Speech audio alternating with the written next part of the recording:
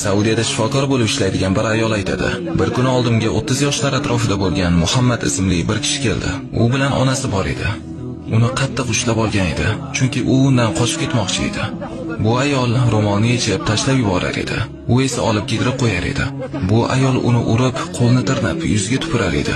U esa javoban tabassum qilib qo'yar edi. Onasi xonaga kirdi va ro'molni yechib uloqtirib yubordi va aqldan ozgan odamlarga o'xshab kulishni boshladi. U shifokorning stoli atrofida aylanib yurar edi. Shifokor Muhammaddan so'radi: "Kim bu ayol?" "Onam" deb javob berdi. Unga nima bo'lgan? Aytdiki, u aqldan ozgan holatda tug'ilgan. Unda u seni qanday tug'ilgan dedi. Aytdiki, bobom uni otamga turmushga bergan. Alloh unga o'g'ilni berish uchun ekan. Otam unga uylanib, birinchi yiliyoq ajrashgan. Onam menga homilador bo'ldilar va meni dunyoga keltirdilar. Va 10 yoshimdan beri men unga g'amxo'rlik qilib yuraman.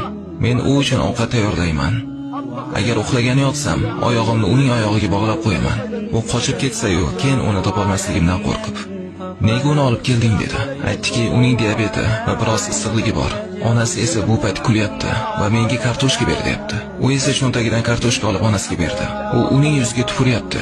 U esa kulib yuzidan artib tashlayapti. Shunda shifokor so'radi: "Bu ayol onang seni tanidimi?" U aytdiki, "Allohga qasam, men uning o'g'li ekanligimni bilmaydi, lekin meni yaratgan zot u mening onam ekanligini biladi." Shunda onasi bu bolaga aytadi: "Hoy bola, sen yolg'onchi ekansan. Nega meni Makkaga olib bormading?" U televizorda Makkani ko'rib qolgan edi. U aytdi: "Payshanba kuni ona." Shifokor undan so'radi: "Uning bo'ynidan soqit bo'lgan bo'lsa ham, uni olib borasanmi?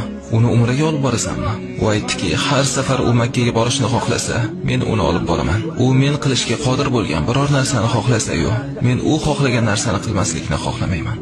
Keyin u onasi bilan xonadan chiqib ketdi va shifokor eshikni yopib, qattiq yig'i bilan yig'lashni boshladi.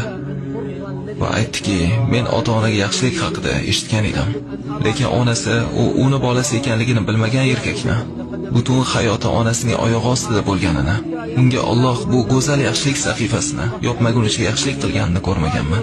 U uni aqldan ozganlar shifoxonasiga berib yuborishga qodir edi, lekin u unga o'zi g'amxo'rlik qilishni ixtiyor qildi, unga jannat eshiklari ochilishi uchun. Allohim bizni fazlingdan mahrum qilmagan."